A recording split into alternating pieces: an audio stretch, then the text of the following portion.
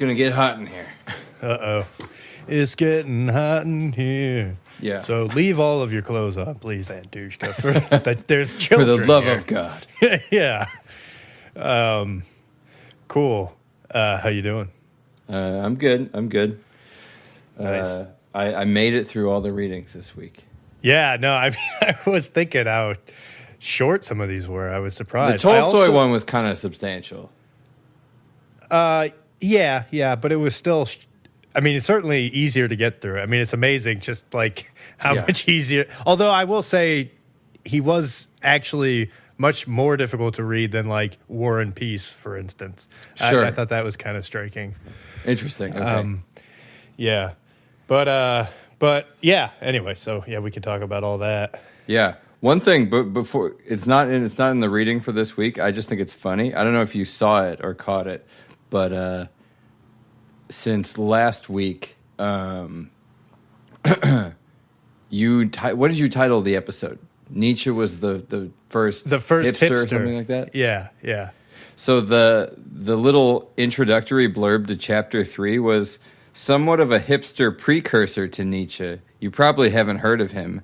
Max Stirner's idiosyncratic book, Die Einsinger und die Eigentum, was supposedly regarded as too crazy to bother censoring, blah, blah, blah. But it's pretty funny that he called him a hipster precursor to Nietzsche. Max Steiner's even more hipstery. You're right, exactly. Dang it. Well, because he's less known. I mean, that's pretty hipster. Exactly. Yeah. No, it's true. That's the most. I mean, the most hipster thing is unknown. It's because I feel like Nietzsche is sort of he's one of the philosophy archetypes. Yes, I would. He's agree. like one of the hits. Yeah, he's his own sort of category. Right. Like Kant, like Plato, also, Aristotle, Nietzsche, Kant, Descartes. I would say is sort of sits in his own realm. Yeah. No, I would agree with that. So So we're reading about anarchy today, right? The right. Anarchist Yeah. So Handbook. what do you think so far? I'm curious about your impressions. I just want to say I feel like all this stuff is, if anybody who hangs out with me a lot, like, this is just all this stuff I talk about all the time. Yeah. No, yeah, I actually I wanted to ask you, actually, maybe as we can start, what your beginnings are, because I don't remember you being an anarchist when we were living together 10 years ago. No, I don't think I was. I think I've always had somewhat libertarian leanings. Mm-hmm. In that I've always felt like a lot of the arguments about the solutions to problems feel wrong, and it feels to me like generally a lot of things have root causes that start with government. That's kind of been sort of my sensibility since I was a teenager. Right. Which is funny because I feel like that's the through line in all this stuff, like listening to System of a Down and all this punk music and stuff. I mean, it's all anarchist They're stuff. trying to build and a for prison. some reason, all those people now are like really into the state. So Yeah. it's sort of funny. They really love it. But well, yeah, let me just say outright. So we're reading the Anarchist Handbook, right? And it's by Michael Malice, and we read 3 chapters for today. We're going to read the intro, the second chapter, William, about which is so that's one thing I didn't realize. So the second chapter, William Godwin, and then I don't remember what number it was, but then the other 13. chapter was Tolstoy, chapter 13. Thank you. Yeah. And I didn't realize actually that it was excerpts. So he's actually not really writing. No. So these this. are collections. These are pieces, important pieces of writings from these different anarchist sort of figures in history. Mm-hmm. And he just writes a little like paragraph blurb to introduce. Yeah, no, I noticed that. I didn't realize that. That surprised me. Right.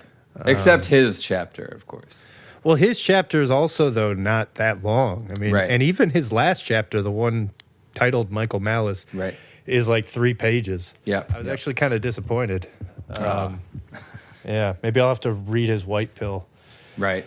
Well, I mean, maybe it's more that Michael Malice is not, and I don't mean any disrespect to him, he's not like maybe a philosophical heavy hitter in the way that Tolstoy is or something. He's compiling information more than generating philosophy. Yeah. It's exactly. Yeah, it's a collection.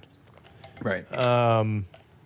Cool. Yeah. No, but yeah. So, when did you become an anarchist? What the heck happened to you? What happened to you, man? I mean, I guess I don't know. I feel like it was this long trail from listening to like the New Atheist bunch, right. like listening to Christopher Hitchens and who I will Richard say I Dawkins. listen to. I listen to all of them too. I think. Right. And I wouldn't. They're not anarchists by any means, but I would say that it was sort of a path of going from there and then like ending up in kind of heterodox spaces of comedy and social commentary and winding up listening to more libertarian voices. I think getting into people like Michael Malice and Thaddeus Russell through Joe Rogan, the Joe Rogan podcast, probably. So there we have the problem. There it is. Yeah. The big gorilla in the room, Antoosh-K. No, but I remember my stepdad when I was like 16 said that I would probably, because we were having some political argument or something, and he was saying that I'd probably enjoy more libertarian voices. I think he directed me to Pat Buchanan, who is a very controversial figure. I actually think politics, but I feel like I thought that, like, I recently heard Buchanan talk and was not as disagree. I didn't disagree with him. I could be completely mistaken, though. It might not be Buchanan. It might be somebody else. Well, he sort of has a reputation for being racist. Well, but part of the problem is with him. Well, it wasn't about that. Well, so he has this thing where he doesn't take a side on the Israel-Palestine conflict. He says that the U.S. shouldn't be backing either of them, and that it isn't really a winnable situation. Yeah. I mean, we don't have to get into that, but that's I keep my opinions to myself. But is he? So he's been called racist for that? Well, he's been called anti-Semitic for not being willing to support Israel. Right. But I think it's more than that. I don't know all of his opinions. I don't know his. Well, that's a hefty political charge, oeuvre. That well. Yeah, no, it's just. Yeah, it could have been somebody else. I don't remember. It was somebody though that it was like a Glenn Beck type where I was like, it's not completely crazy.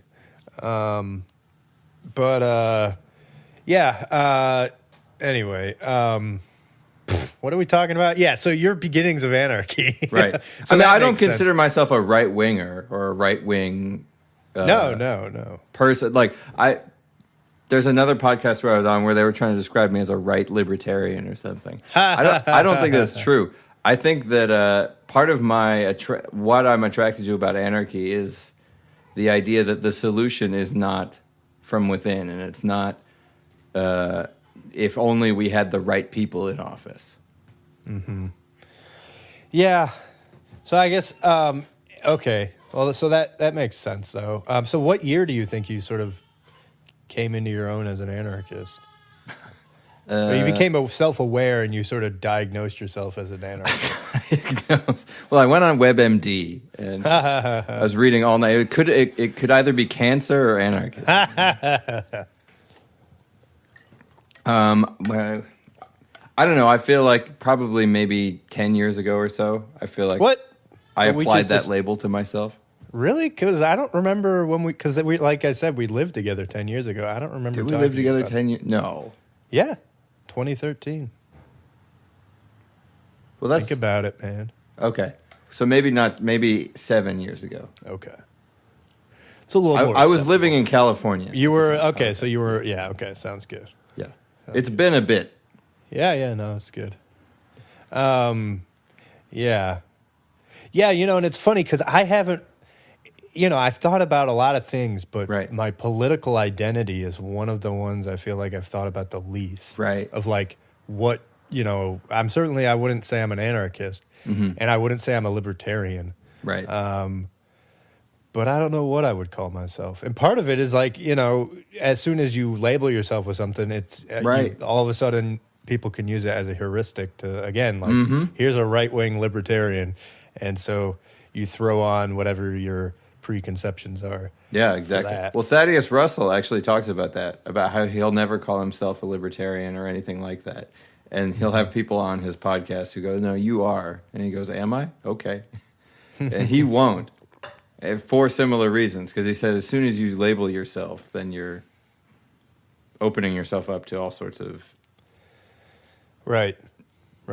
Yeah. Yeah, no, you are, though. I mean, that's just the fact. Yeah, as soon as you call yourself something, you're all of a sudden holding a banner for it, and thus you are, and then it's a battle. I mean, that's the problem, right? Is because once you start to get into politics, you're talking about getting the keys to the keys to the car.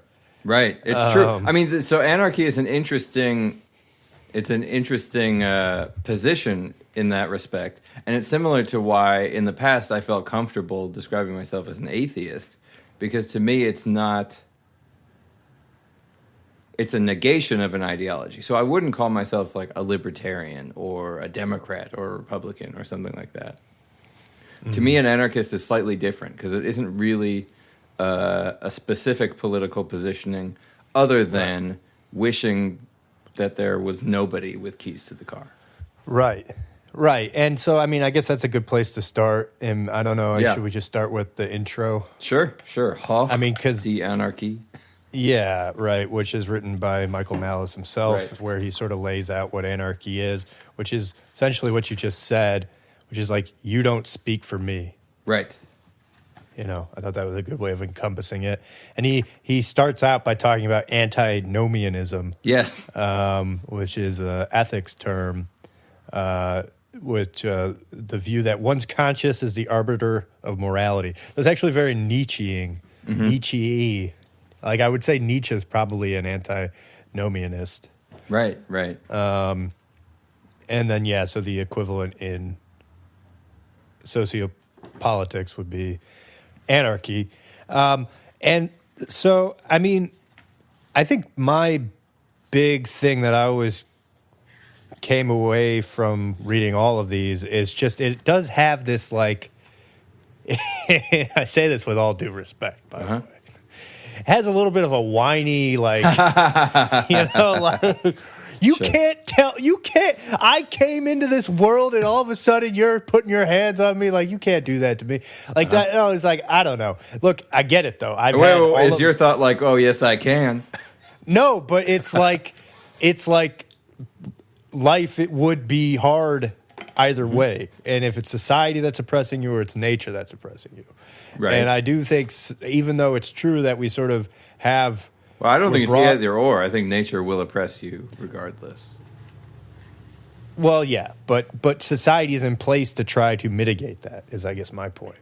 And I don't think that this is an argument against society. I feel like that is a key point that is made several times. They're not saying that it's not like communities won't happen, and there are countless things in our society that exist in an anarchistic way that we don't even think about. Right. No, but but the ultimate issue, right, is that it requires. This is the ultimate paradox with anarchy, I think. Mm-hmm.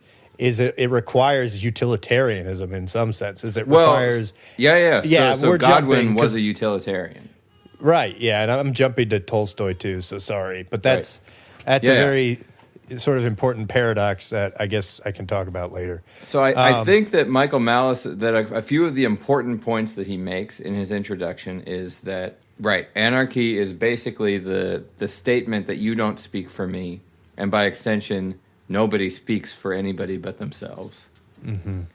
And then also that anarchy is not a utopian principle. Right.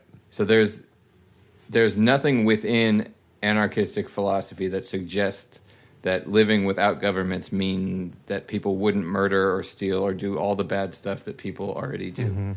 Simply that there would not be legitimized structural power systems keeping those in place. Right. Yes. Right. What do you think? Because I feel like the intro is pretty basic. Yeah, no, I mean, I think that basically sums it up. No, I think that does it. Things to pull out. Yeah, I mean, the last one, the Anarchist Handbook, is an opportunity for all these many varied voices to speak for themselves from across the decades. These were human beings who saw things differently from their fellow men. They fought, they loved, they lived, and they died. They disagreed on much, but they all shared one vision. Freedom. Nice. I feel like he should have ended it with "the black flag comes in many colors." That's such a poignant poetic statement. He should have. Where did you get that? Because you say that a lot. Where did he say that? Because I thought he said that in this, but then he says it at the end of go back 2 paragraphs from where you just were. I thought I read it in here, and then I thought it was in the last paragraph, but I guess okay. Yes. Yeah, no, I agree. Yeah. Yeah, he kind of buries it in there. I agree. That is a nice term. That's better than freedom. The freedom thing, I feel like you just pointed out how silly it is, and you have to read it kind of silly like that. Yeah. Okay, so William Godwin. Yes. So William Godwin is actually Mary Shelley's father. Oh. You know, the person who wrote Frankenstein. Yeah. Yeah. That's interesting. I didn't realize that. Yep. Wow. He was he was a utilitarian political philosopher in the UK. Also very into service. He started a children's library. So, and you said he's a utilitarian, right? Yes. Yeah, so I'm looking up his Wikipedia right now because I want to know. So, my favorite guy, no, he's not mentioned, is David Hartley, who preceded him and died in like the 1750s, but was really instrumental in influencing the utilitarians. And it's just interesting because a lot of what David Hartley talks about is the golden rule and sort of treating others the way you want to be treated. And that is sort of a common refrain. I think that empathy is basically a prerequisite for anarchy. If you want anarchy requires empathy. Sure.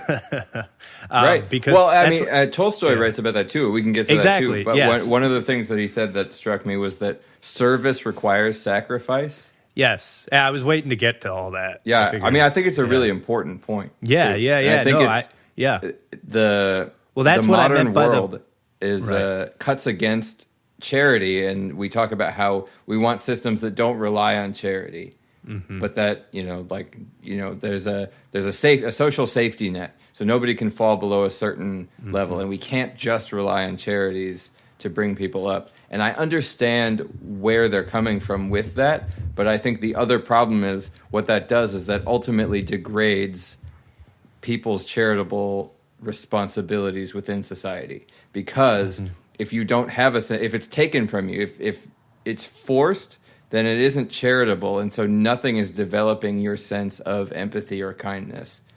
And this is the whole thing that capitalism sort of unlocks, is that it is ultimately sort of I would say in a weird way it is exercising the golden rule, because it's and this is what Rothbard makes the point, right? That I think you said is that, the reason why a free market, like a person isn't going to do something that's out of their interest, their best interest. They're not going to do something to blatantly harm themselves, because that wouldn't make any sense. And I guess that's, so anyway, and you could say then empathy is required, because then that allows you to realize not to do certain things to other people, and then you'll thus be able to sort of effectively work in the world better. But yeah, so I mean it's, I guess it's hard, and who cares? We don't have to discuss them in separate sort of chunks like they are. So like discussing Tolstoy, you're exactly right. I felt like it was interesting that he was emphasizing this utilitarian spirit of everybody, for this to work, we all need to basically put down our arms and not take part. He kept using the word violence, right? Yes. And that was his term for basically like government, essentially, and enforcing compliance, with violence. And, his whole thing was replacing that with voluntary consent or agreements. I feel like it's a thing that a lot of people don't think about when they think about where the root of government power comes from. Right. It's the monopoly of violence. It's as basic as it could be. They have guns and cages and things like that. Right. And it's a simple question. Like if you get a parking ticket, you don't have the option to not pay it. And what happens if you don't pay it is eventually they'll come and they'll lock you up in a cage. And if you refuse to get locked up in a cage, they might kill you. Right. Yeah. And that's all true. That's all real. Yeah. Yeah. No, it's true. And the thing that Godwin and Tolstoy and everybody, Michael Malice keep emphasizing is that you come into the world without assenting to any of this, right? Right. Or consenting, rather. So, you do assent, that's a good transition into Godwin because he's talking about the social contract theory, right? Right. Yes. And right on, which makes sense because Locke and Hobbes were such a force in England and still are in many ways. Right. And this is what, Locke wrote extensively, and so did Hobbes, about the social construct, or contract, rather. Social construct, which it is a social construct. Right. But let's get Foucault in here too. Well, it's basically the idea that there's natural rights and then there's like civil rights or there's whatever. There's probably a specific term for it, but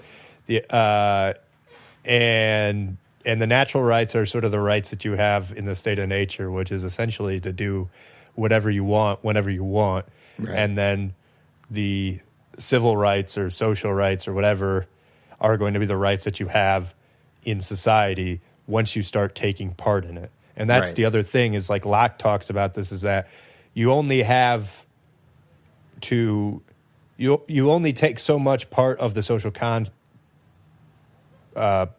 as you take part. So although, again, it's like you sort of automatically take part in it, like you're delivered in a hospital, which is the infrastructure is all based off of society. And so, and you don't have any choice in the matter. But, this is where it like felt kind of whiny because like, especially with Godwin, he kept being like, but I didn't say that, you could do this. When did I give my permission for you to like take my money and all this stuff and for you to ask me to serve in the military and stuff like that. And it's true. Right. I think the way he frames it is slightly I see how you're reading it like that. I feel like he's not framing it in an you're doing wrong to me. I feel like it's so I have bulleted his sort of three main points, and then he's got a whole thing with Rousseau that actually maybe we could parse out because I didn't fully understand it. But the first point was that the social contract is consented to not just by you and those of you who developed the rules, but also everybody who comes after you. So you have now consented for everybody else. Right. So that's already weird. Is that whiny? I don't know. No, but it's naive. What's naive? And that's that idea because it's like, of course you didn't consent, but you also didn't consent to be born. It's the fundamental, like you're getting at the fundamental. Right. Well, so then it's do you take society or do you take governments and governmental rule as givens, as assumptions that just are? No, but I take it as a representation of existential angst. And like honestly, it sounds like just people who are governments or the. Theory. the anarchist theory, honestly, the subset, and but it's like the root of it just feels like I didn't, what am I doing here? I didn't consent to any of this life, and what the hell? And I'm going to try to get as much control as possible, understandably, as we all do. But it's like to start from the place of like consent to certain things in society, I think is a fool's errand, because you don't give consent to life itself. You know, and right? that's the But point. society and life itself aren't tantamount. I don't think. No, but it seems that they're raising to a very high esteem consent. Do you think that there are situations where consent is an important fact? Important? Yes. Sexual I actually didn't mean let's take it away from anything's like hot button or anything like that. What about just a normal like work contract? Yeah, no, I think it's important. Yes. It's just, I think that to strip down, basically, to try to get at the lowest level of consent is a fool's errand, which feels like what the anarchists are doing in these chapters. I think there's a basic principle here that you cannot consent for somebody else. Right. Well, yes. Well, no. I mean, but that's not true. Well, so this is a very interesting point, and I've taken an ethics class in a schooling that I won't mention the specifics about, but because you talk about what do children have that are under 18? They have assent. They don't have consent. Sure. And that is but that's my point. That's effectively you are transferring consent for the child. The parent is. So that's an example in everyday society. So he talks about that too, about how yes. people who believe that it is reasonable to consent for every other person who is going to exist believe that they are sort of masters and those people are like cattle. Yeah, he puts it in that frame, sure. But like, I don't think he sufficiently addresses the fact that right there, that's a perfectly reasonable example of somebody transferring consent in everyday society. The consent I don't think he addresses. I don't know if he addresses that in his entire, because we're just reading a blurb. So like, if you read Milton Friedman's "Free to Choose," he actually addresses that specific issue. Okay. About children and consent. He also talks about people who are not mentally capable of consent. Right. But when we're talking about the free-thinking, rational adults, yes, I understand like the easy situation. Yes. Right. In the easy situation, it is not ethical or reasonable that you can consent for somebody else. Yeah, I mean, I obviously disagree. Really? Because, wait. Because I mean, this is where I mean, it's just the gradations. And again, this is getting outside of the obvious times where consent is necessary. And I'm not saying that consent as a general thing isn't important in certain scenarios. It's more of structuring your argument as the basis of consent, I guess. When would you say it is reasonable to consent for another fully rational human being? When they've committed murder and you decide to kill them. Well, that's not consent. Well, that's you're consenting consent. Well, but it's like you. Yeah, I mean, that's not you consent. That's not you saying they agreed for me to kill them. Yeah, no, I mean it's true. The difference is the social contract theory is actually arguing that we have consented. Not that we there. It doesn't say like you follow the rules or else and like suck it up and live with it. That honestly would be way more honest. It's saying no. You agreed to this. Well, I think that you are simplifying the social contract because the social contract has been discussed by many people. Rousseau has a different conception than Hobbes and Locke. I agree. Right. Maybe in the sense of Hobbes and Locke, they believe that. But Rousseau, as you point out, I think is the point that you were sort of having a hard time understanding. Right. But it seems like Godwin is aligning himself with Rousseau's concept. Yes, Rousseau is the opposite of that, saying that. Yes. I guess I don't mean all concepts of social contract theory. I mean sort of in general parlance, the anti-anarchist position is that by living in society, you have consented to society's rules. I think it's assented, which is why, and I know it sounds like a stupid little like semantic thing, but right. it's the idea that it's like there's certain things in life that are already in motion, life right. being the most fundamental thing. Right. You're just being carried by a certain amount of momentum. I agree with that. I think it's more like, I don't actually think that, like, me compared to Mitch McConnell, I'm basically cattle who he has some right to take more or less money from or write something down on paper, and then that runs what I do. Mm-hmm. Like, I don't agree with that proposition at all. Yeah, I mean, I just think that if you want to do...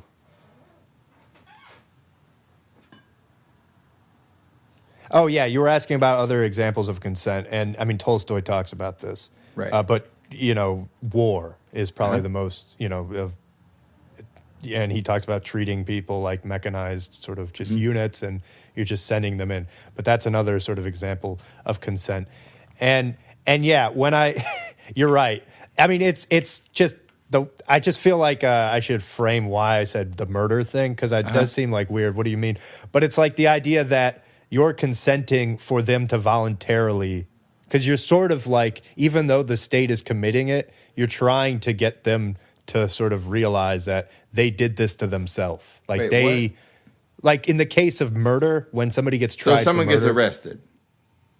Well, if somebody is tried and convicted of murder, I'm just trying to get it at the simple case, and they're about to be executed, it's like the purpose is that they did that to themselves, right? I know. So that's the this is like when your parent says you chose to get. Yes, but I'm trying grounded. to explain to you that's the consent angle. It's like they've consented to this because they did it to themselves. And you're right. This gets you can say like it's, that's not right. But I would argue, again, because I obviously subscribe to the social construct idea, is that, we all understand that if you take somebody's life in some concept, in some states, that's basically trading your own, whether it's a life sentence or execution. Right. But I think that in the same way, if we are taking turns acting, like I speak and you speak and I speak and you speak, I am not consenting to your choices. You're making your own choices. I'm making my own choices. Mm-hmm. So you could in theory consent to be killed. Probably. I mean, I think that's probably a complicated thing that I haven't thought enough about. But it's a bit of you could theater. In theory say, yes, I consent to be killed or something like that. But doing an action and having somebody react to that action in a way that of their choosing is not you consenting to their reaction, I don't think. Yeah, I don't know. Because, I mean, it gets at, when we talk about it from the frame of consent, and that's really all my point is I think it's not a good framing. And that's why, this is basically why I disagree with, I think, a lot of these arguments. It's just the framing of it as a consent perspective, because it's too complicated, I guess, because there's a lot of I guess for first off, consent, there's a psychological component that makes it difficult to define, and I think we're hitting upon it with the murder aspect, because there's a theatrical component to the consent there. It's like, it's consent in the social sense, but but he might not, in actuality, in his or her mind, have consented to it, if that makes sense. But we're all pretending as if they consented to it. That's the point, So there's and I think this is the thing, is there's always a bit of theater to consent, because there's always a bit of theater to consciousness. We aren't ever fundamentally certain other people are conscious. I know it always comes back to that with me, but I think it's important here because we're talking about certainty about how somebody feels about something. And we can't really ever get 100% on that because we can't ever really be 100%. No, we can, but we can get closer to how we feel about things. Yes, but the closest to certainty we can be about is how we feel about things. But consent is a two-way thing. You require somebody else to have consent be a thing. Hang on. Maybe we have different ideas of consent. Yes, maybe we do. I mean, did they even define it? Because probably. I guess Godwin sort of talked about it. I mean, maybe we should be using a different word too. I don't think he used that word a whole ton either. Yeah, I know. We're using it because it's it's probably because it's used so much in the modern sense. But honestly, we should probably use a different. Well, he talks about acquiescence a lot. Yeah, acquiescence is maybe a better word, just because it's got so much baggage today. Where he talks about consent is when he's talking about the idea that you are consenting for all of your ancestors. Right. Well, and it's acquiescence or the idea of subservience. Well, so acquiescence, what he was talking about there is a theory that suggests that if you are acquiescing to the rules of the state, you are giving your tacit consent or something like that to the state. Right. Which I think on its face is obviously not true because there's all sorts of situations where you might choose to do what somebody else says if they're a tyrant or if they're holding a gun to your head or something like that. Right. And calling that consent is pretty sticky. Well, but it's also like, I agree. Well, it's... Okay, so where's the confusion happening here? So... Well, I guess what do you think consent is? Maybe we should talk about that. Yeah, let me just pull up definition. Consent definition. Permission for something to happen or agreement to do something. And so that's why I was saying that by definition, consent requires two people. You don't agreement. It requires two rational people, which is why, right? We already sort of discussed that.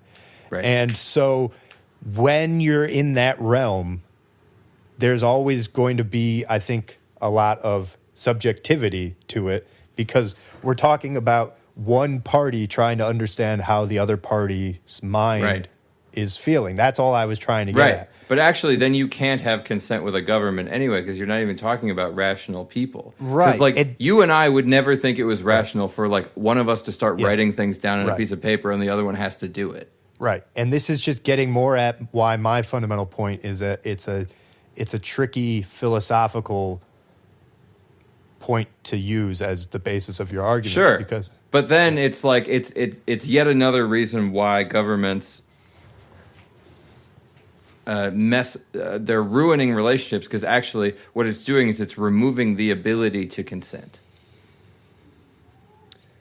Because actually you're right. You do not have the option. Consent with respect to the government is a meaningless idea. Why do you say that? Well, so nothing that the government says to you to do, nothing that they're directing you to do, you have any option to agree or disagree with. Yeah, I mean, Tolstoy, he makes that point too. Your taxes aren't optional. Right. Your tickets you get aren't optional. Your arrests aren't optional. Court date, none of that. Consent is completely out of the question. It doesn't matter. Right. It's neither here nor there. But what I would say is I think consent is an important principle. And so any situation that's removing the ability of people to consent is at least something to treat with great care and at most probably not very good. I think I would agree with that. I agree with it. Children are, a baby. A baby is not able to make any decisions. Right. Right. So I don't think that in all circumstances. Yes. You treat everybody as like a fully rational. They're like, hello, baby, what would you like to eat for dinner tonight? Right. Well, and, this is, this is getting a little bit back to Nietzsche, because Nietzsche talks about how we're a sick animal. And what he gets at is that we're sort of the only animal that we are this dependent and helpless when we first are born. Sure. Yeah. And and that's the thing. And that's why I keep saying that it's almost a fool's errand to get this consent idea, because from the beginnings, we are helpless. And so we put our well-being in the hands of our parents, as you very well know. And so everything, we have no facility to decide for ourselves for a big portion of the beginning of our life, because of something that happened where we evolved this way. Like you just can't leave a baby in the forest and it's going to figure it out. Whereas some animals, you can leave a young. But you can leave adults in the forest and they might figure it out. Some of them, yeah. Well, they'll certainly last longer than a baby, is my point. Right. Well, but so this is the thing. This is the question is, and no, because actually, you start that way. Sorry. Thank you for saying that, though, because you got exactly at the point. Is we have got, Nietzsche would say, we've gotten ourselves into this position where even some adults could not, in our state, could not survive in the because we have become so. Sort of our biologies have become accustomed to society over so many years of evolution and evolving for this being that can function in it. So, Tolstoy would put it: we've become too accustomed to being slaves. Right, and I guess I would say that we've almost been, in some ways, we've been selecting for many years for very docile people. I think that's true. Yeah, certainly in Europe. And even the wars can look like one big selection event of just taking all the gung-ho people that really want to go and fight and kill people are going to be the first ones to go off. And World War I and World War II killed a lot of those people. Right. Those were conscription wars, though. Well, yes. After a period, of course, they all became that. Or maybe from the beginning was World War II. Both of those. From the beginning. I think we had conscription from the beginning all the way through Vietnam. Okay. Yeah, but I guess I just mean generally the first people in you're looking at the Russia-Ukraine war, the first people in Ukraine from the Russian side were the people who had signed up for the army. Sure. And again, I'm not disparaging. I don't know if Russia has mandatory service, though. A lot of countries or at least many countries in Europe do. Right. Yeah, and honestly, this theory doesn't make any sense, because you could argue that the people that go into the army during peacetime are actually people who are very good at following directions. And you have to be, obviously. Right. Whereas, so anyway, I don't know. But yeah, exactly. So the point being then conscription, and you get just everybody, and of course the rich are going to find ways to get out of it. But I feel like we're beating a horse here at this point. Yeah, sorry, we're getting way off here. It's okay. No, I don't think you are. I think that the problem with conscription is consent. It's like, even if you don't use that word, you can put it really plainly. I don't think anybody should be forced to kill anybody they don't want to. Right. That's a crazy thing to think. I agree with that. And that's the thing is, even when I was talking about the murder thing, I don't even know if I'm for capital punishment, I'll be honest. So I was saying that more as just a quick example when you... I think even more than that, worse than the state kills some people for certain crimes. The state forces people to kill other people who they may or may not want to kill. Yeah. That is maybe the sickest thing I can think of. No, it's just, and I keep going back to the naive point, because it's just, I kept feeling that especially when I was reading Tolstoy's point about if only we could all just put down our arms, basically. And I'm like, yeah, but it's not going to happen. It's just there's enough within the distribution of humans. There are enough sociopaths that it's just you're never going to get everybody, unfortunately, to be peaceful. And so that's why... there have been times of relative peace and times of a lot of war And I think that the current system of nation states that has been imposed around the entire world has created a highly unstable system where there are more wars going on. Not necessarily that it's a more violent time, but there's more wars just in the entire world going on all the time right now than many other parts of history. Yeah, I don't know. That's a tough one because there's also just more people. Sure. You know? And we're, of course, more aware of everything. No, it's true. But I think Tolstoy's point at least rings very true to me that, I mean, what does the U.S. do? It goes around the world all the time trying to start wars, trying to get other people to have wars with each other. Just like constantly. Yes. No, I mean, it's not just the U.S. That is by no means just the U.S. It's like, I mean, Russia does it. The U.K. does it. It's like it's a really weird thing. Yes. Well, you know, so it's interesting. So I think focusing on Tolstoy for a second. Yep. You know, so he wrote this. It's called "The Slavery of Our Times" in 1900. He was a relatively old man at this point. Right. Already written War and Peace. Was a famous writer, and it's interesting because you know he's talking a lot about sort of how like 5 or 6 or 7 years ago nobody would have thought anarchy at all, and now there's just this whole new. Like, people are, like, talking about taking the government down and stuff. And I was thinking it's interesting because Lenin was, you know, he was in the thick of his underground years at this point. Or he was just getting into them, you know, and sort of rising in the Communist Party.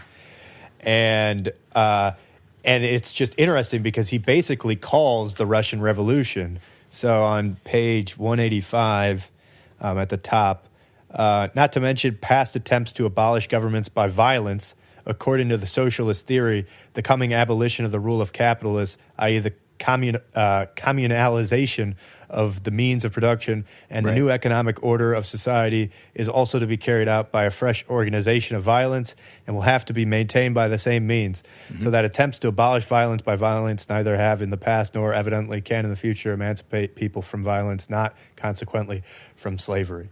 And I think that's exactly what happened, is you got a regime that came in and tried to abolish everything, but they did it with violence, and you know, it just led to more slavery. So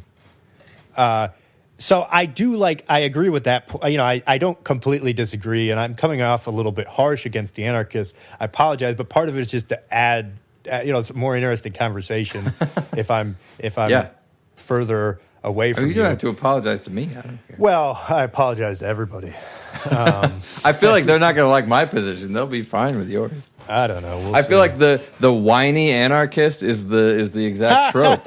I think that's it. Yeah.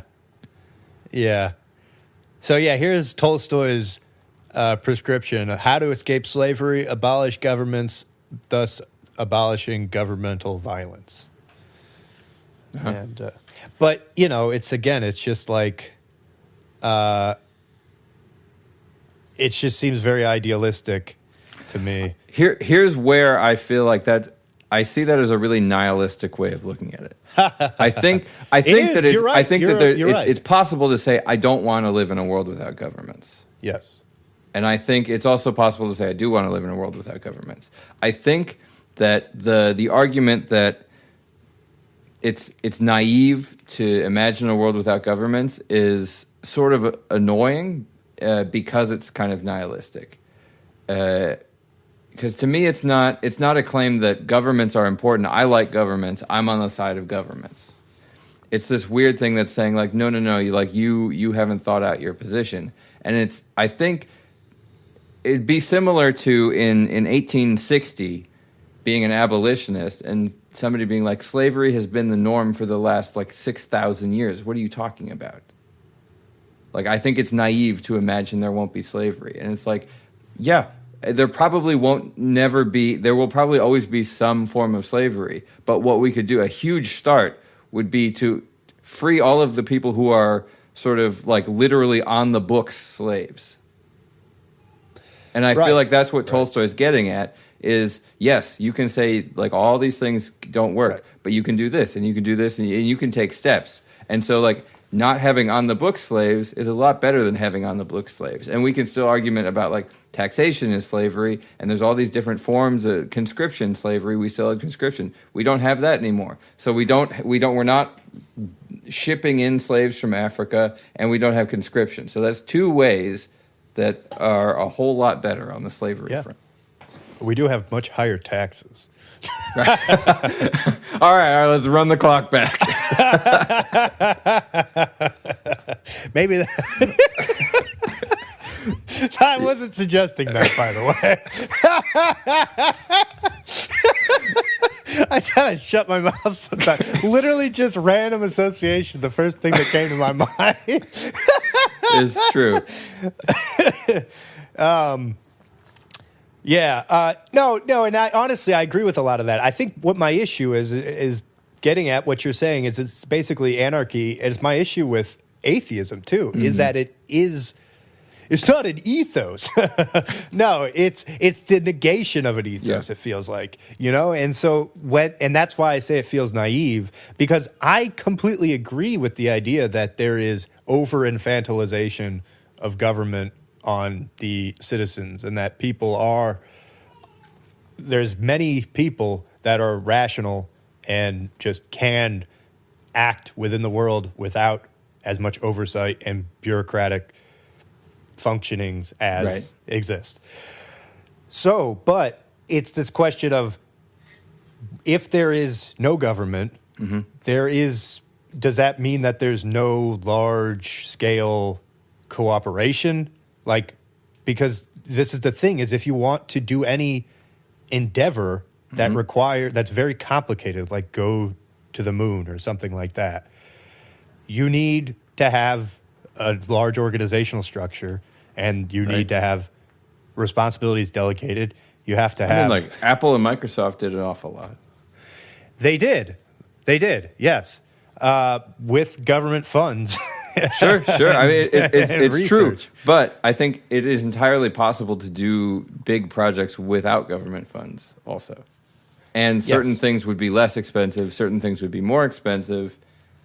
I think it would just, the landscape would look different. I think that I tend to look at the government as just another organization. But do you see what I'm getting at, though? U.S. government's an organization. Would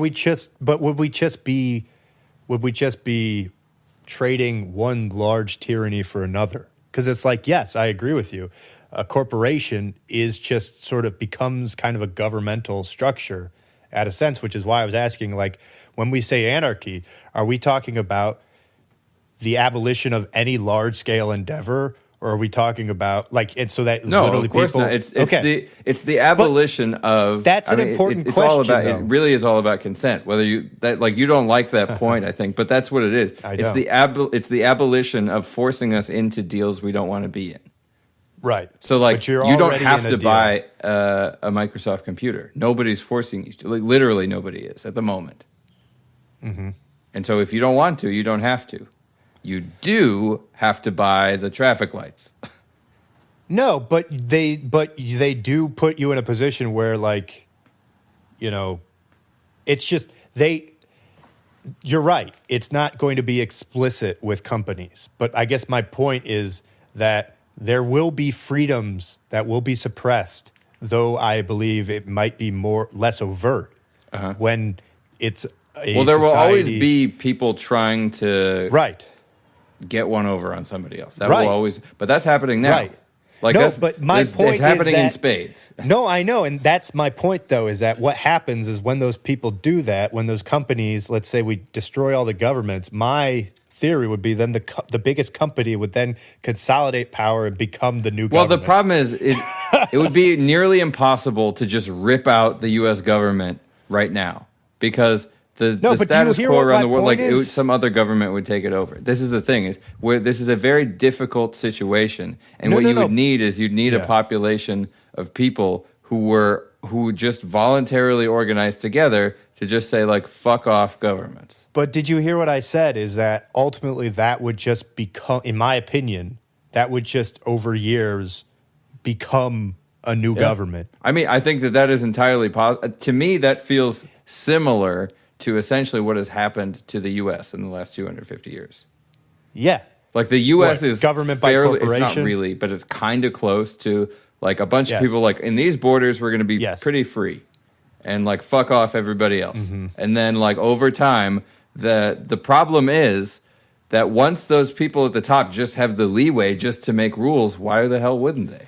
Well, but here's the very interesting thing is, I don't know if you've noticed this narrative shift, but I feel like for a while it was like we were mad at government, but now it's becoming a realization that no, it's not government that's bad. It's the fact that government's in the pocket of the corporations. And so I guess what I was getting at is we almost effectively, and some people might argue that we effectively have government by corporations with the influence that they have, and that granted, and this is the thing is, so they're just hiding behind the government, which is then imposing all of this, as Tolstoy would say, violence upon us. I mean, I think that's kind of a weird way of thinking about it, because I think that those corporations wouldn't be what they were, like what you said, Apple and Microsoft. So Apple and Microsoft have a massive amount of influence, partially because of government. So there's a symbiotic loop happening there, but it's not that the corporations started running the government. Right. It's that the government decided to put a ton of influence and money through that corporation and develop a symbiotic. I mean, that's literally Woodrow Wilson and Margaret Sanger's theory. Well, it's called the president because they're presiding over. I mean, it's like we get that from. It's like to not think that the U.S. has corporations as a fundamental. No, the corporation is like maybe the fundamental, one of the fundamental things that the U.S. government was founded to try to almost is a corporation. Be like it is like a corporation, and so you have a president, you don't have a king, and you don't have an emperor, and you have a board of people, which you could call the legislature if you want. Sure. I mean, I guess, are you hearing what I'm saying though? Because I feel like, I guess what I'm really saying is that it feels like government is a natural thing that we will do. Who addresses that? Somebody, one of the readings. Somebody does. Good. Well, then we should read that section because I would like to be refuted on it. Is it Tolstoy? I don't know if I'm going to be able to find it right now. Oh, well, if it's Tolstoy, I feel like that's a super common argument. And it, like the idea of not being able to imagine the world without the government. I don't know. Well, I might have to try and find it for next week because I don't know. I think it's possible it wasn't in our reading. Yeah, even so, if it's a common argument, what's the rebuttal to it? I mean, I don't see why there would have to be a situation where people are forced to do anything against their own will. Not people as in so have to. So not that that's desirable, but I could envision a situation where nobody's going around forcing anybody to do anything against their own will. Seems unlikely. But I think that it is possible to set up a situation with a very high degree or high amount of that, like as little coercion as possible. Yeah. I don't know. I guess my question is, in what type of society? In the society that we live in the society with, I guess, the comforts that we live in today, or one that it looks different? Because I would agree if you're saying one that looks different, I would agree that's possible. I don't think it's agree with the level of comfort that we have today in the West. Right. I mean, I don't know. I don't know the comfort we have or don't have in the West. I think like things like comfy couches, I don't see why we couldn't have those. Heating, air conditioning, anything that somebody can build that somebody wants, anything that there would be a market for, there's going to be a market for. And like Milton Friedman writes about this, government is useful for funding things that there isn't a market for. Mm-hmm. So like roads existed way before there were huge government programs for roads. Mm-hmm. So like that's a common one people talk about. I guess lots of things are easy, and we don't even think about it. Like the government doesn't make shoes; we just buy shoes. There's companies. I know. I keep getting at it's like. I just think it comes down to semantics. It's just like you get to a point where you just don't want to call it government, but it's like, oh, so we'll have a group of people in the city get together and figure out. Well, I mean, something like a city. Cities would be different. So right. the way the landscape would look different. And Tolstoy even suggests this a little bit when he's talking about it. About something like a city is sort of the culmination of the distorted valuation of things under a government system. Because everybody's reliant on, everybody's trying to get close to the seat of the government so they can get all the stuff that the government has to offer them. And it's really expensive and nobody can afford it. And it's this crazy situation. Sorry, you're trying to say something. No. I feel like I'm interrupting you too much this episode. No, but that's great because I think that's what I'm trying to get at with you is like, what do you see the society like then? So it sounds like then your society would not have cities. I mean, probably not places like New York City, no. Yes. I don't know that it wouldn't have any cities at all, but where like places where a bunch of people live together because they like living there. I think that property becomes a very complicated issue in an anarchist society, and so like Tolstoy argues that land ownership is not really how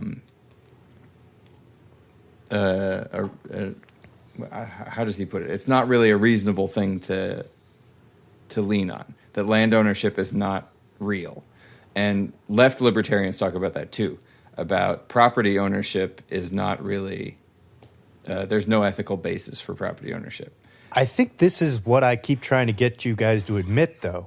What? Is that I feel like anarchism, because I said society earlier, as if it was implicit that anarchy meant the absolution of society. But I guess I said that because I do feel that way. It's like that's the logical end. I agree with you that cities in an anarchic society would probably not exist because I feel like the logical end to anarchy is a return to sort of a nomadic lifestyle.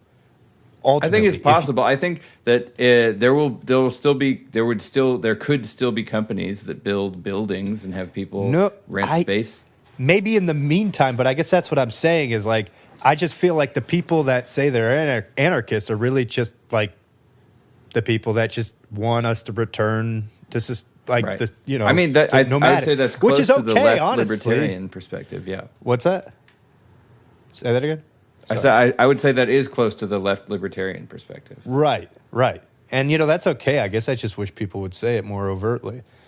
But I'm not on that train, and I don't even see that it would have to be that way. Because I think if there's a market for, I want a house, and there's a guy that builds houses.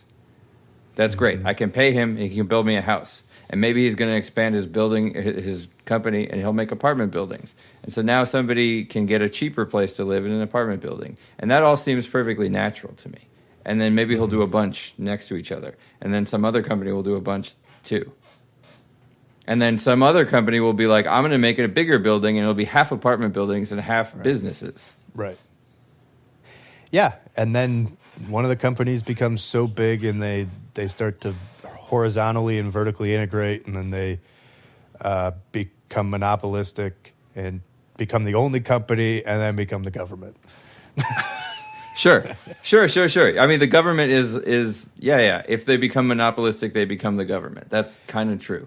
Well, and that's why I think that the government has something to play, a place to play. Well, but I think you just displayed it, though. Maybe not. I mean, I want to see what you think about this. I feel like what you just said was they become monopolistic, they become the government. So Milton Friedman has a theory that monopolies do not exist without governments.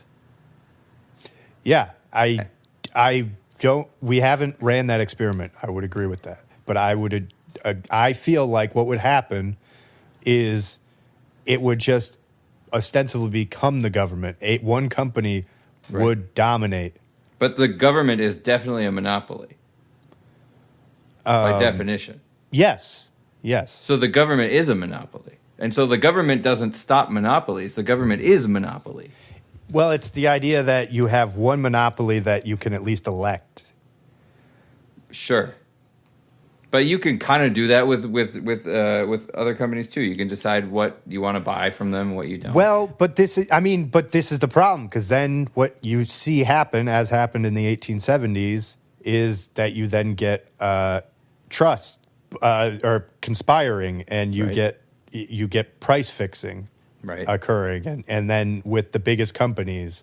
But that's exactly what happens with the government. That's literally what the government does. I know, but I'm just saying, at least that the government is suing Google right now, and at least the government did break up Standard Oil.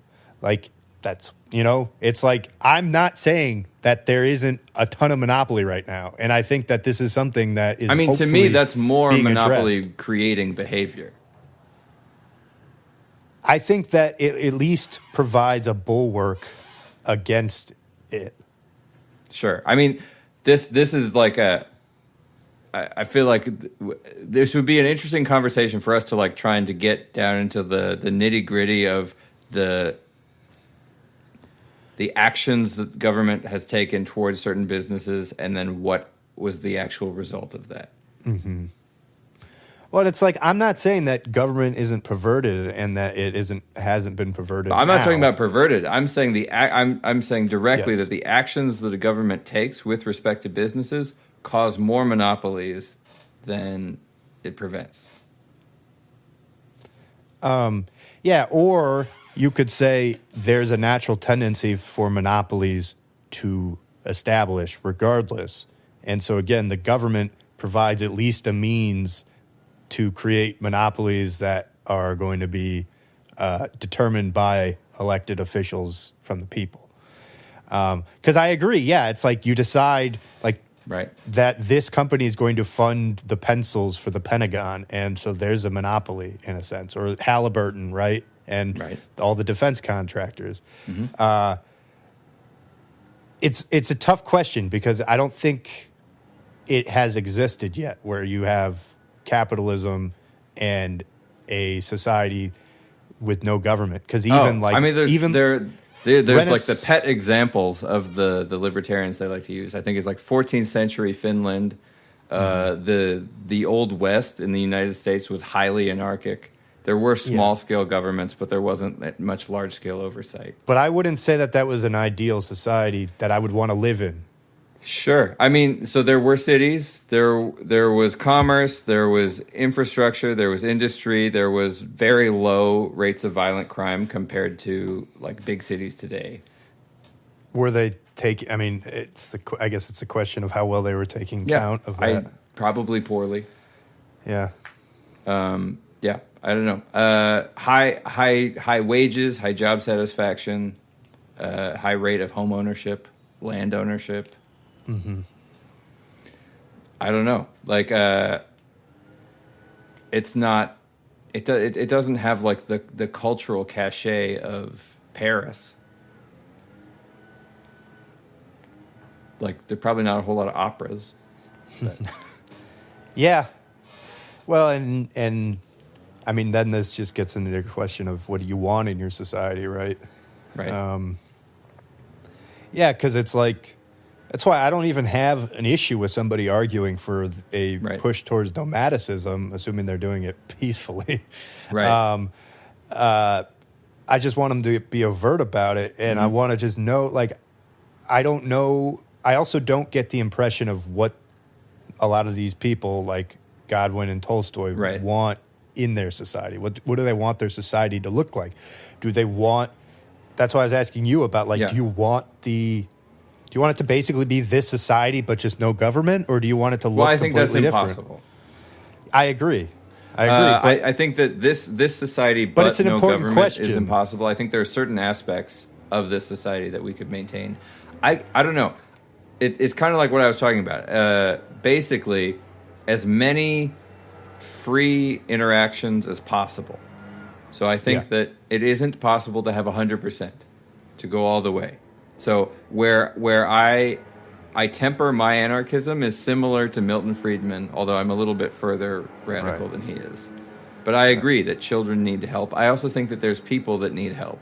I don't know that society is the best mechanism for helping them. Mm-hmm. And I think that there's problems, when you get into things like free healthcare and stuff like that, because that's also meaning that you are owed somebody else's labor, which is a very strange idea to me. Yeah, because I'm even thinking, though, it's like you have in companies consent in some sense being... Right. I think that the thing is, if you eliminated the insurance companies and all healthcare funding and everything would collapse, and when it would build back up, it would be a way cheaper system. Yeah. Like the valuation in the health industry, and I'm sure you know more about it than I do, but seems way out of whack. Yeah. It's and it's not just that industry. It's like any industry where there's a system where the government has funds and then they pay another company to pay for something. Right. And and then that company, tuition. Right. College tuition is a similar situation. It's very similar, where the government has guaranteed money for bad deals. Right. And so there's incentivizing the bank to make bad investments. But of course, the colleges can charge whatever they want. And it just goes up and up and up and up and up. I completely agree. And, even anyway, I don't want to get into politics. I was going to mention a political thing, but not doing that. Sure. I agree with that. But it's not like it's an essential part of government. You know what I mean? And so that's just one example. So it's like, I would agree with that component should be tempered or potentially even removed. Maybe I don't think maybe removed. I think there's a place for government distributing funds. Yeah. But it doesn't need to... They're blowing leaves out there. I know. I was wondering what that was. But it doesn't need to be to the extent that I guess it is. You know what I mean? Like, the executive department doesn't need to be as big as it is, right? It was two departments. It was Hamilton and Jefferson, right, when it started. It's just a Secretary of State and a Secretary of Treasury. Right. And defense. You had defense too. Sorry, so 3. Sorry, but there was no federal military.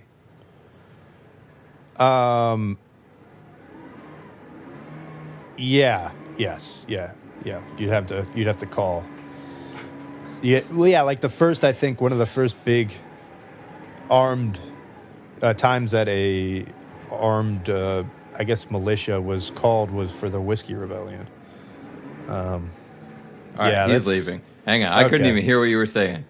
Okay, I'll just cut this part out, I think, because we're just talking about the revolution now anyway. Yeah. All right. Cool. No, it doesn't matter. All I was saying is that I agree that the government... Okay, so the point that I was making is that all those things you were saying aren't essential functions of governments, that I completely agree that those need to be curbed.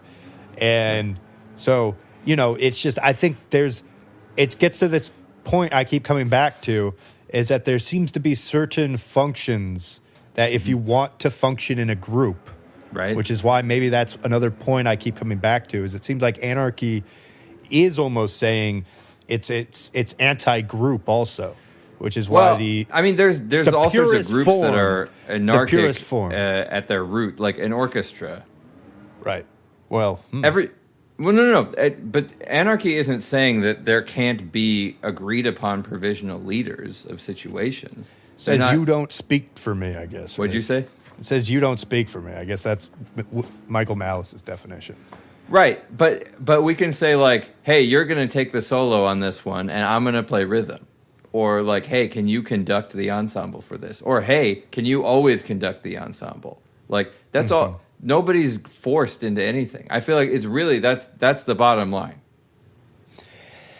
Yeah, no, I agree. Yeah, it's just, I guess then it gets into the question of doing things that you don't want to do. And I'm not talking about like I'm just talking about like jobs, like just dirty jobs, like right, just with micro. With what? Dirty jobs with micro. Oh yeah, with micro. Yeah, exactly. Yeah, I don't know, or just, yeah, I don't know where I'm going with this point. I agree. I mean, I agree. Everybody has to do things that they don't want to do. That's like what you were talking about before. We are butting up against nature. Right. But we don't need then another organization being like, and do this also, and this, or I'm going to shoot you. We don't need it, no. But we have, and this is my point, we have obviously evolved it. We have evolved society to make it easier to deal with nature. And that is the thing. You're right. I do agree with, like, Tolstoy. Our ancestors made this decision for us at some point. Right. Or they made it probably without realizing it, honestly. Right. And that's probably your and my ancestors didn't. It was Biden's ancestors and stuff. No, I'm talking about the idea that all of us humans, when we separated from chimps, made this.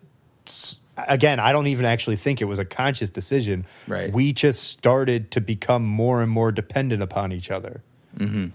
That's the point. It's like we're on this trajectory for some reason. Right. So if you want to remove it, I think you need to select for a different type of person, because most of the people that exist today, we have all been evolved to exist in a society that I think ultimately has some kind of centralized structure that we've started to call government. And yes. Right. Maybe. I mean, I guess that's the value of God as a narrative. I mean, that's where Rose Wilder Lane gets at it. And I was actually thinking it with Tolstoy, especially when he's talking about coming all the way down to the individual and the calling to be an individual. I mean, it to me feels like the warning against worshiping man-made organizations. Yeah. Well, and see, like I can get on board with that. So, okay. Right. Yeah. But I think the problem is all those man-made organizations are going to use really tricky language. That's going to be like, it's for your best interest. It's for society. Right. It's for public. I mean, calling something public health. That's a crazy idea to me. Like, it's hard for me to wrap my head around what that even means. But, right. Just like a company is going to be trying to sort of get their... Exactly. Exactly. But you shouldn't worship the company either. You shouldn't worship Apple or the U.S. government. Right. And as one company, I believe, again, okay, so it would be... I wish Milton Friedman had... We should maybe read that sometime, because I would be interested to... It's a good one.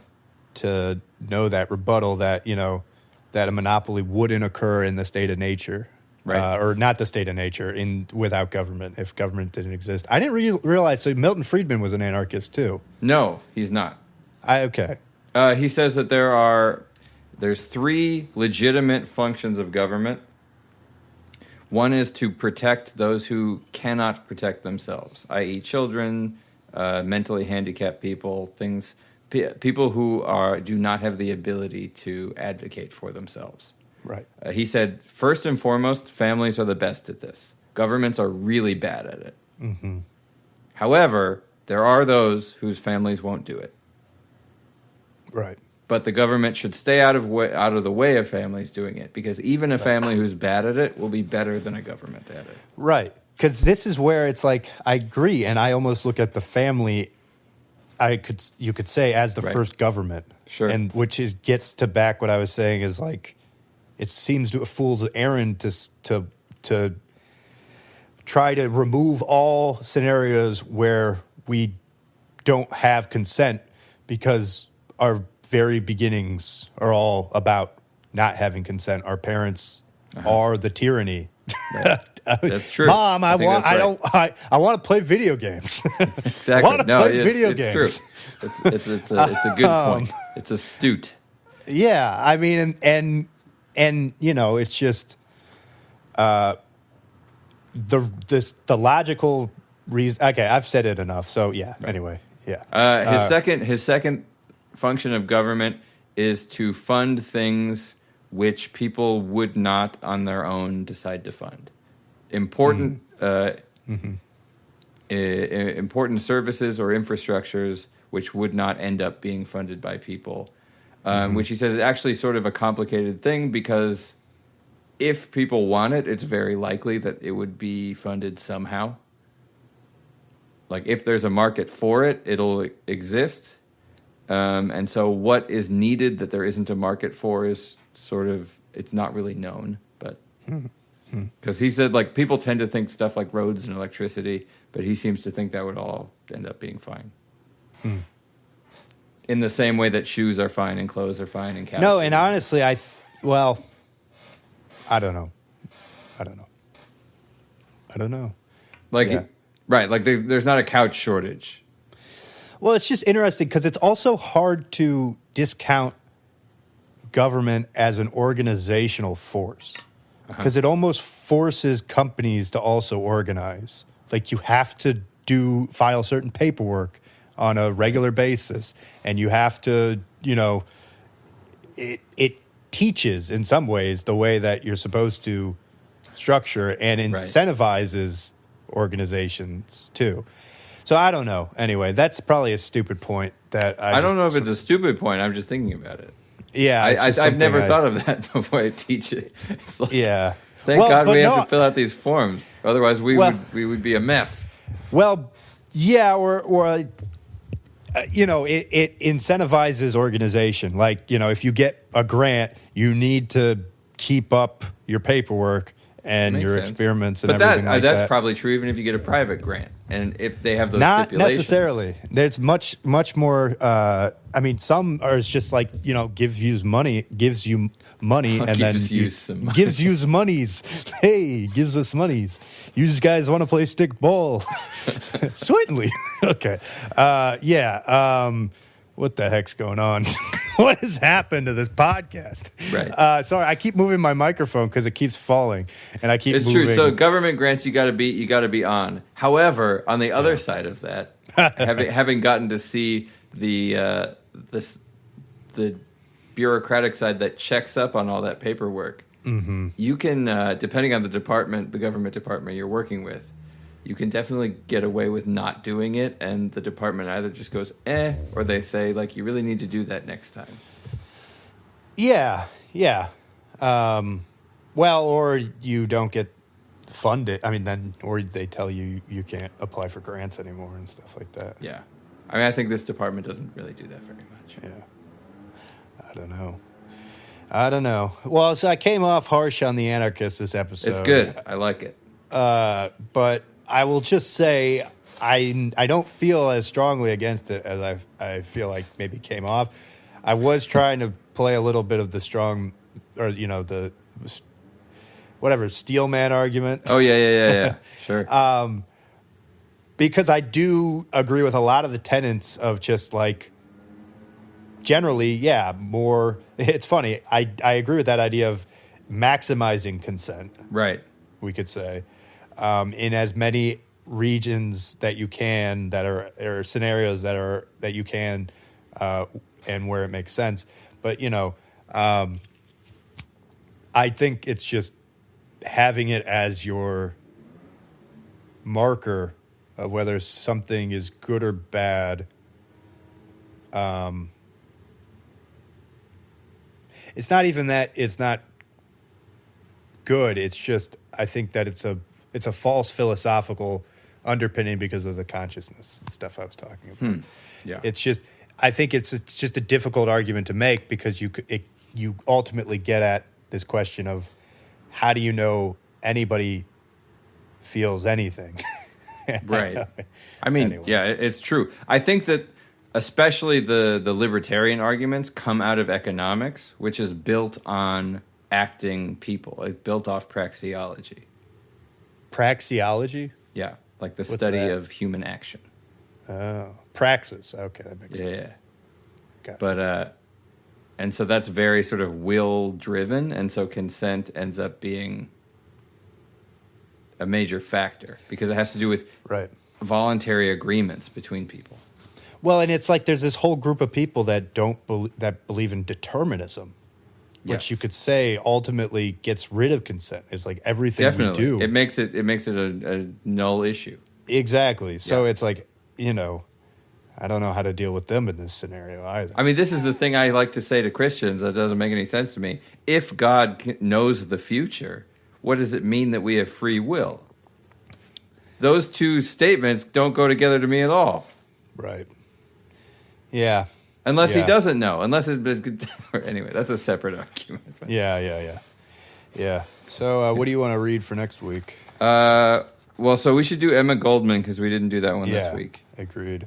I mean, do we want to do Murray Rothbard, Anatomy of the State? We've got another episode after this. So should we do some of the middle ones? Like, I don't know. Do you know, like, is Lysander... I'm also Lysander Spooner's a good one. We can do that a good one? I'm also looking at, like, the longer ones. I was trying to pick one of the longer ones. Okay. Well, we could do Lysander Spooner and Emma Goldman. Well, you tell me. What's... I mean, Lysander Spooner is an important like anarchist voice. I think that's a good one. And what's nice is Emma Goldman's kind of coming at it from the left, so we get a little bit of both of them. And then maybe we'll end with like David Friedman and Murray Rothbard, sure, or something. I mean, because Murray Rothbard, I think he puts in the entire Anatomy of the State essay in this. So, oh wow, that's like one of his major pieces. Okay, well that'll be good to read. Yeah. Cool.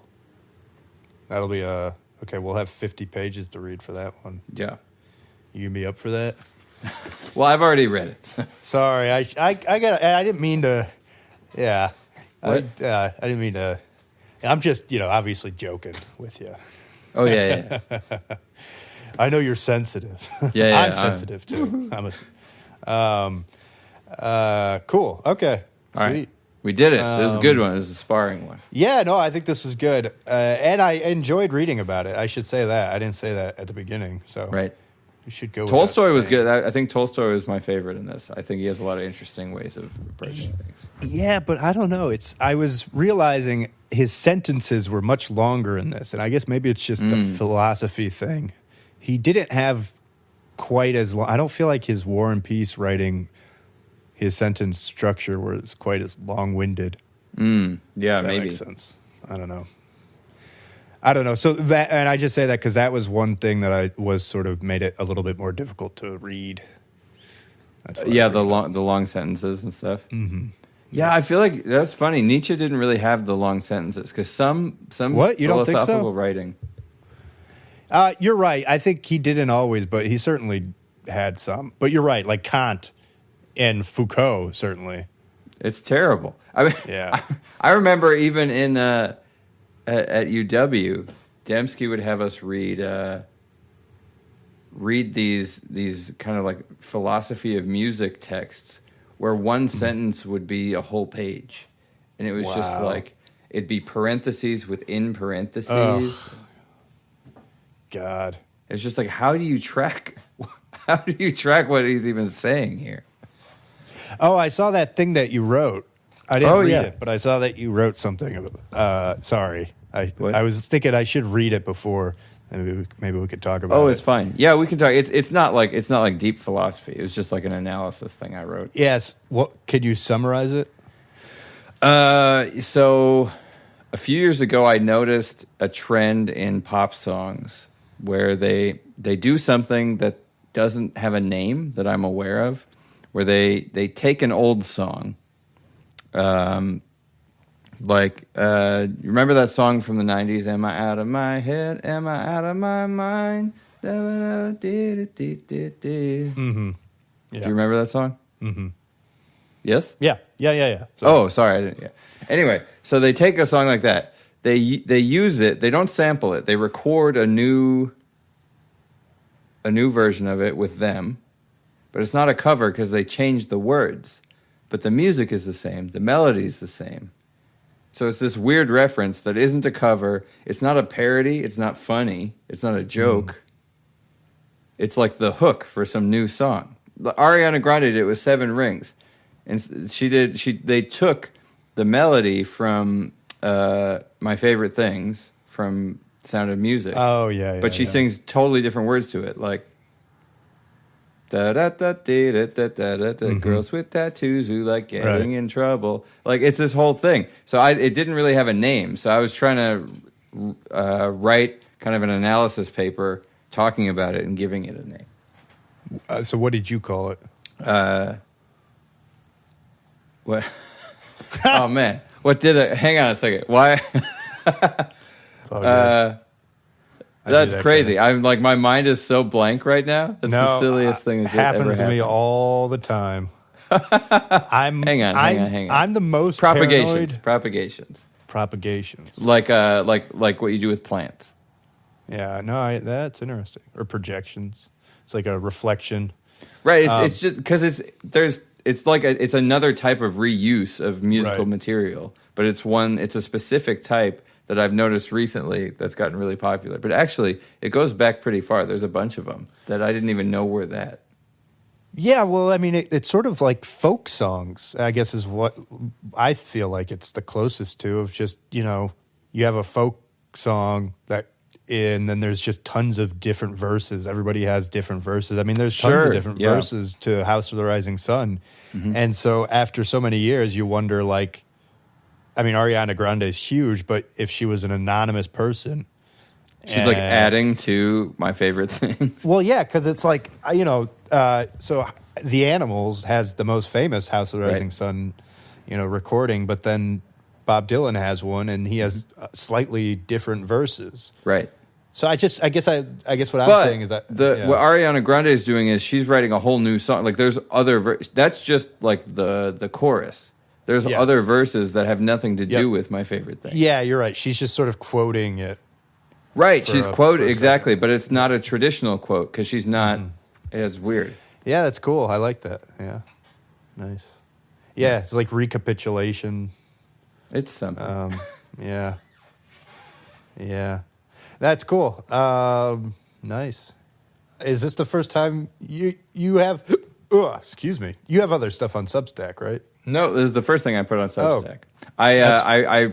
The part of the reason I forgot is I just put it up today. I wrote this like 2 years ago, and I was trying to go through the peer review process, and I submitted it somewhere, and it was just like it just became such a daunting project that I kind of gave up on it.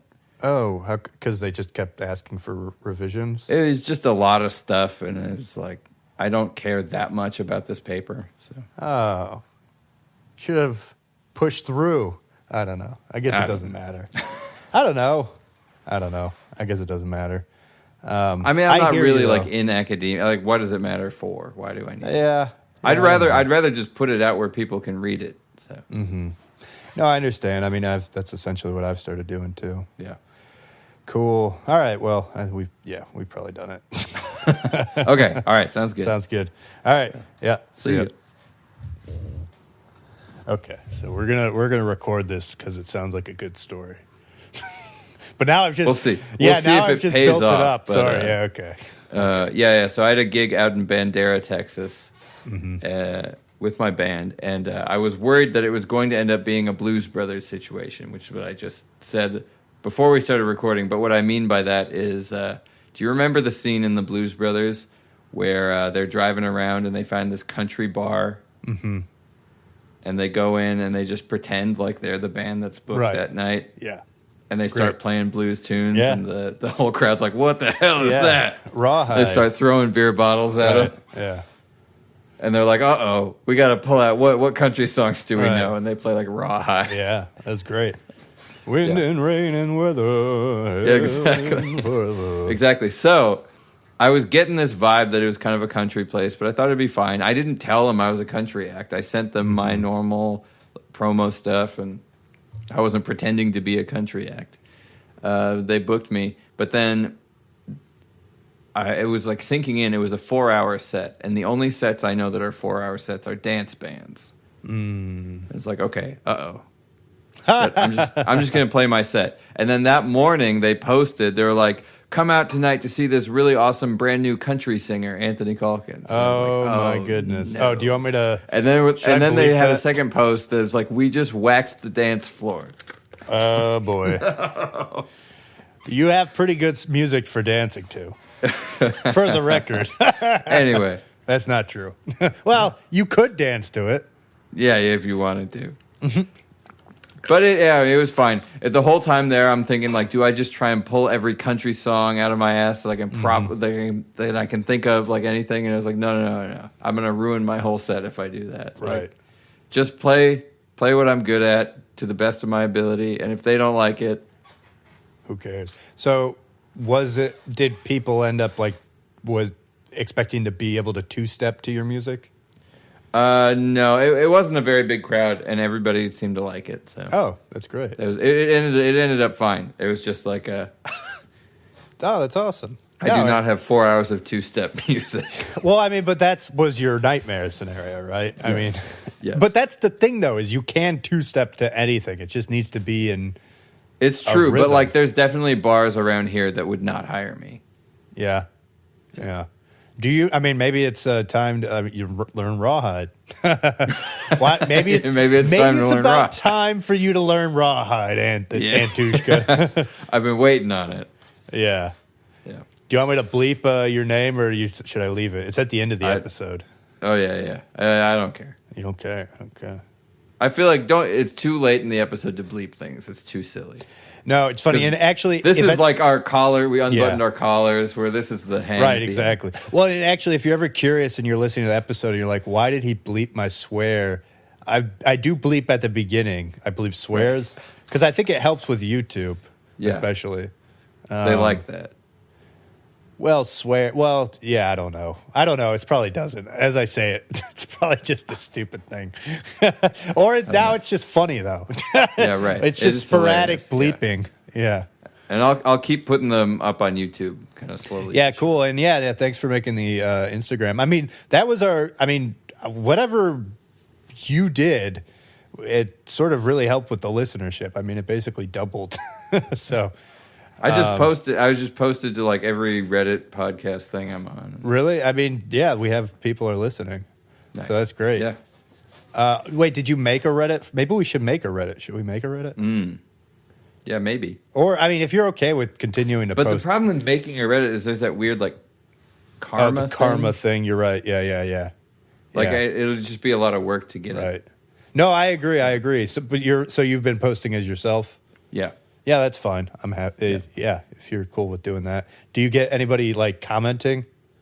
Not yet. And part of the problem is a lot of subreddits have really strict rules about promotional stuff, and so sometimes it gets taken down. Yeah, no, I believe that. I never had a lot of luck with Reddit for music stuff. Yeah, same. But there's a bunch of philosophy subreddits. Well, I was going to say, I could see it being really good for philosophy, but I could see it being kind of a lion's den. Like, I'm a little intimidated. I mean, they'll tear us a new one. Yeah, exactly. That's okay. They're welcome to. If they listen and they want to do that, that's good. It's a public thing. Yeah, that's why I was asking about the comments. So, yeah, you're a brave man. Standing out there with your name. Okay, cool. All right. Sweet. Cool. All right. See ya. Yeah, see ya. Okay. Okay. Now we're done.